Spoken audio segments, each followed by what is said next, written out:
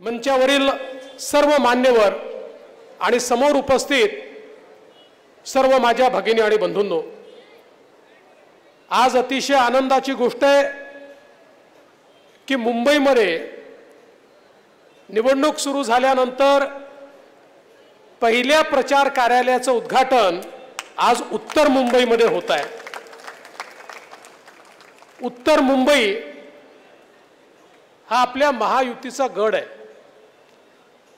माननीय रामभाऊंनी, माननीय गोपाळ शेट्टींनी उत्तर मुंबईमध्ये अतिशय उत्तम काम केलं आहे।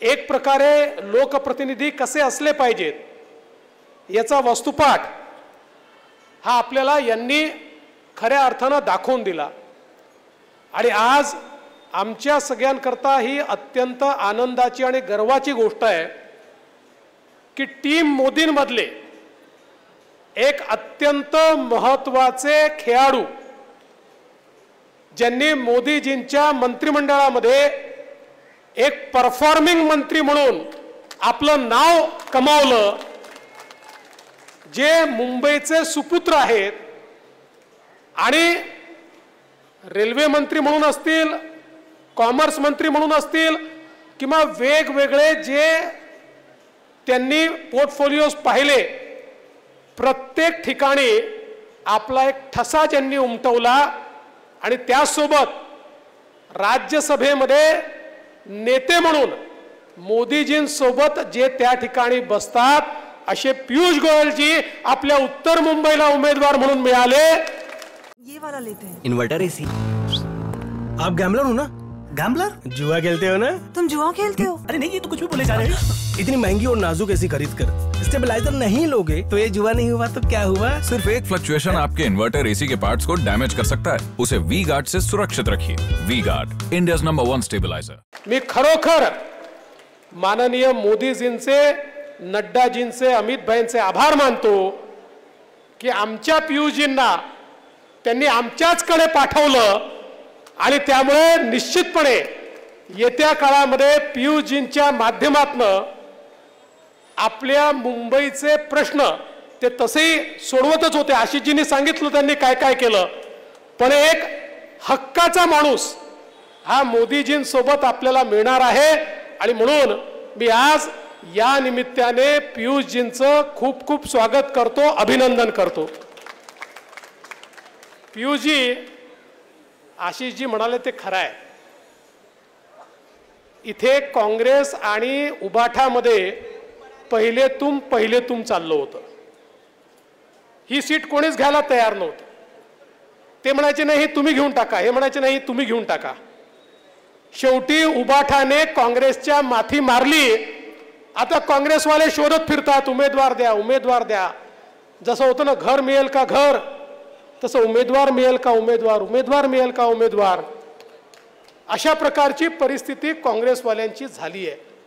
याचं कारण त्यांना माहिती आहे, भारतीय जनता पार्टी, शिवसेना, राष्ट्रवादी काँग्रेस, रिपाई आणि मित्रपक्ष एक मजबूत अशा प्रकारची युती या उत्तर नागपूरमध्ये आपण तयार केली आहे आणि मला विश्वास आहे की सगळे रेकॉर्ड आपण या ठिकाणी तोडणार आहोत।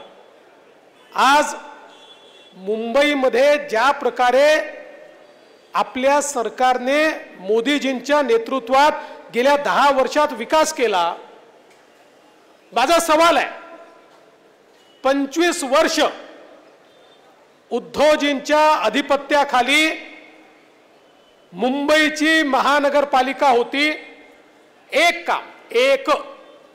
काम ज्याने मुंबईचा चेहरा बदलला, चित्र बदललं, असं एक काम ते दाखवू शकतात का? मी सांगतो ते दाखवू शकत नाही। आज गेल्या 10 वर्षामध्ये आपलं सरकार असताना आणि आता एकनाथराव शिंदेजींच्या नेतृत्वातलं सरकार असताना मुंबईचा चेहरा मोहरा बदलण्याचं काम सुरू झालं। याचं कारण आमच्या पाठीशी मोदीजींचा आशीर्वाद आहे, मोदीजींचं विजन आहे। एखादं शहर कसं आधुनिक झालं पाहिजे, त्या ठिकाणी कशा सोयी मिळायला पाहिजेत, तिथल्या सामान्य माणसाच्या जीवनामध्ये काय परिवर्तन झालं पाहिजे, या संदर्भातलं मोदीजींचं विजन होतं. म्हणूनच मुंबईमध्ये आज मेट्रोचं जाळं आपण पाहतोय. 50 किलोमीटरचं जाळं तयार झालंय. अजून 50 किलोमीटरचं आपण याच वर्षी सुरू करतोय. अजून 50 किलोमीटरचं पुढच्या वर्षी आपण सुरू करतोय. 350 किलोमीटरची मेट्रो मुंबईमध्ये ज्या प्रकारे सामान्य माणसाच्या जीवनामध्ये परिवर्तन करणार आहे. आज मुंबईचा कोस्टल रोड असेल, अटल सेतू असेल, मुंबईमध्ये आज आपण पाहतोय ठाणे बोरीवली सारखा जो अंडरग्राउंड टनेल आपण तयार करणार आहोत की ज्याच्यामुळे मुंबईचं डिकंजेशन मोठ्या प्रमाणात आपण करू शकणार आहोत.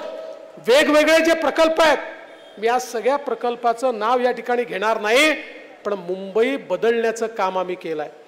आणि एवढंच नाही तर हे मोदीजींचं सरकार आहे की ज्या सरकारने पहिल्यांदा हे मान्य केलं की आमच्या झोपडपट्टीमध्ये बसणाऱ्या व्यक्तीला स्वतःचं घर मिळालं पाहिजे.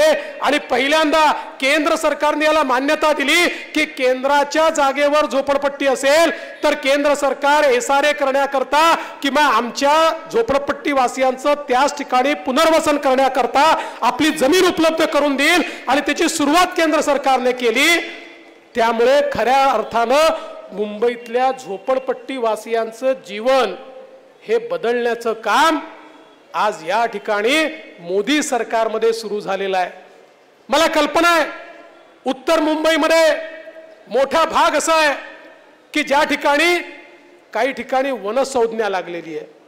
आमच्या मनीषाताई चौधरी नेहमी संघर्ष करत असतात, पण त्याही संदर्भात आता पियुषजींसारखा व्यक्ती आपल्याकडे आल्यामुळे मला विश्वास आहे की ज्या ठिकाणी कुठेही वन नाही, वर्षानुवर्ष झोपडपट्ट्या बसल्यात, या संदर्भात सर्वोच्च न्यायालयाने यापूर्वी काही निर्णय दिले आहेत. त्या निर्णयांचा फायदा घेऊन आम्हाला वनाचं संरक्षण करायचंच आहे.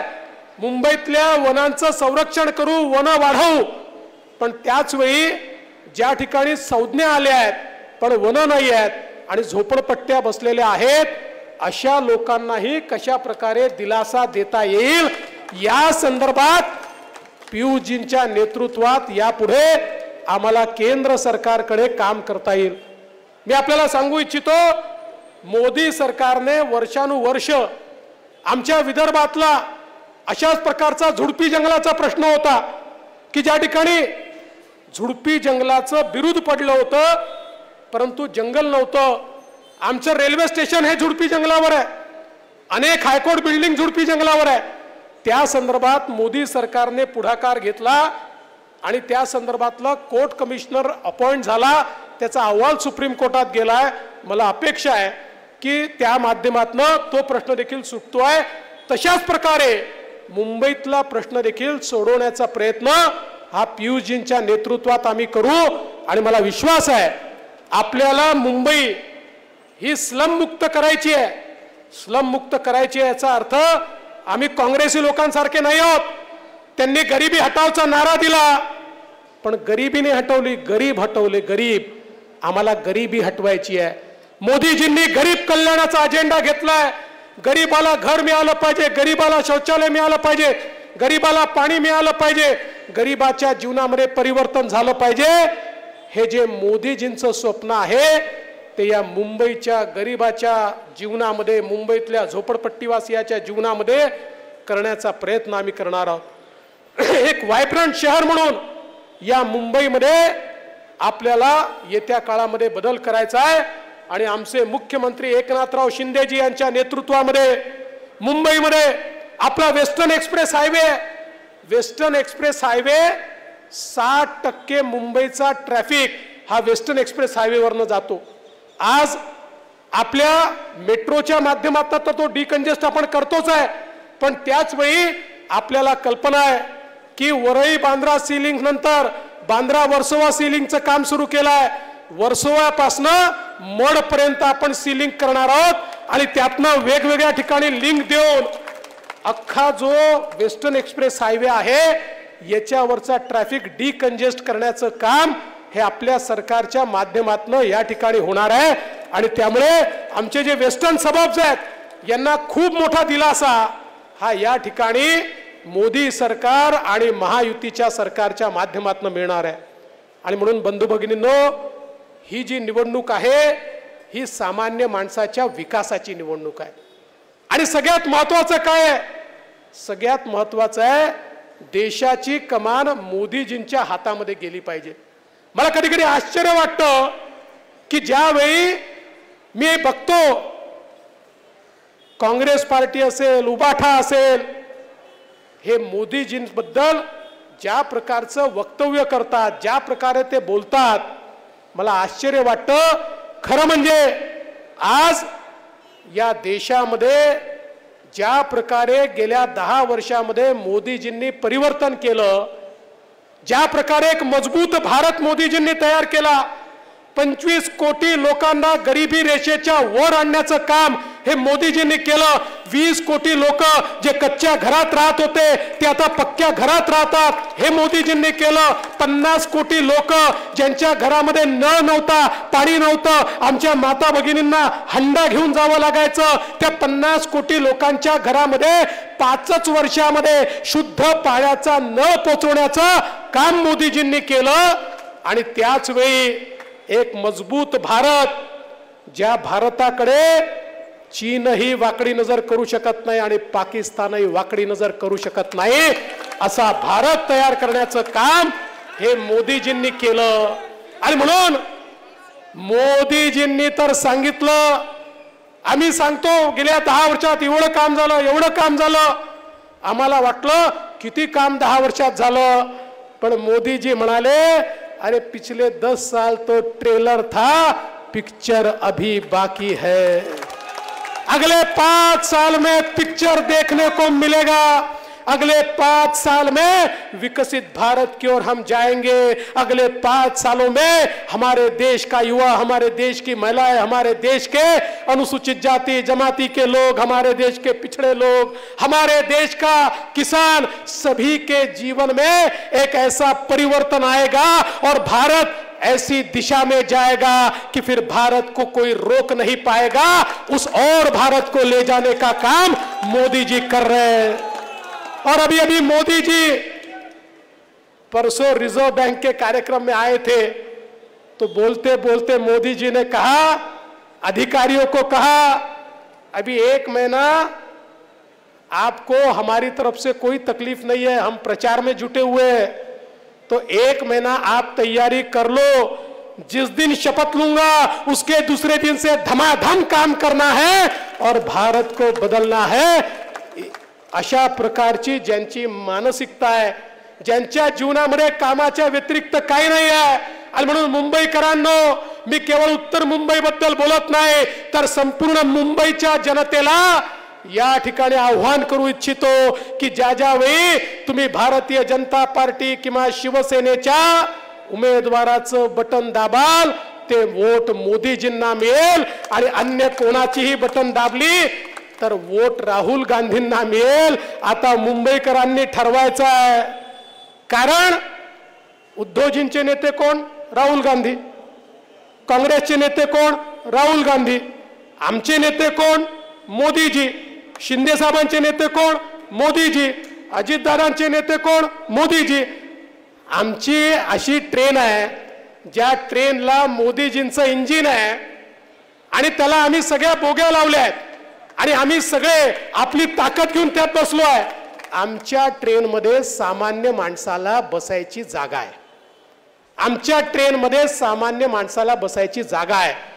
पण हे जे काही इंडिया आघाडी तयार झाली आहे, या इंडिया आघाडीमध्ये प्रत्येक जण स्वतःला इंजिन समजतो आणि त्यामुळे एक इंजिन बोरीवलीकडे नेतो तर दुसरा इंजिन दक्षिण मुंबईकडे नेतो, एक उत्तरकडे नेतो तर दुसरा पश्चिमकडे नेतो. त्यामुळे ट्रेन कुठे हलतच नाही. आणि इंजिन हे किती पॉवरफुल असलं तरी त्याच्यामध्ये बसायला फक्त ड्रायव्हरला जागा असते, बाकी अन्य कोणाला जागा नसते. आमचं असं नाही आहे. आम्ही सगळे मोदीजींच्या नेतृत्वात या ठिकाणी काम करतो आहोत.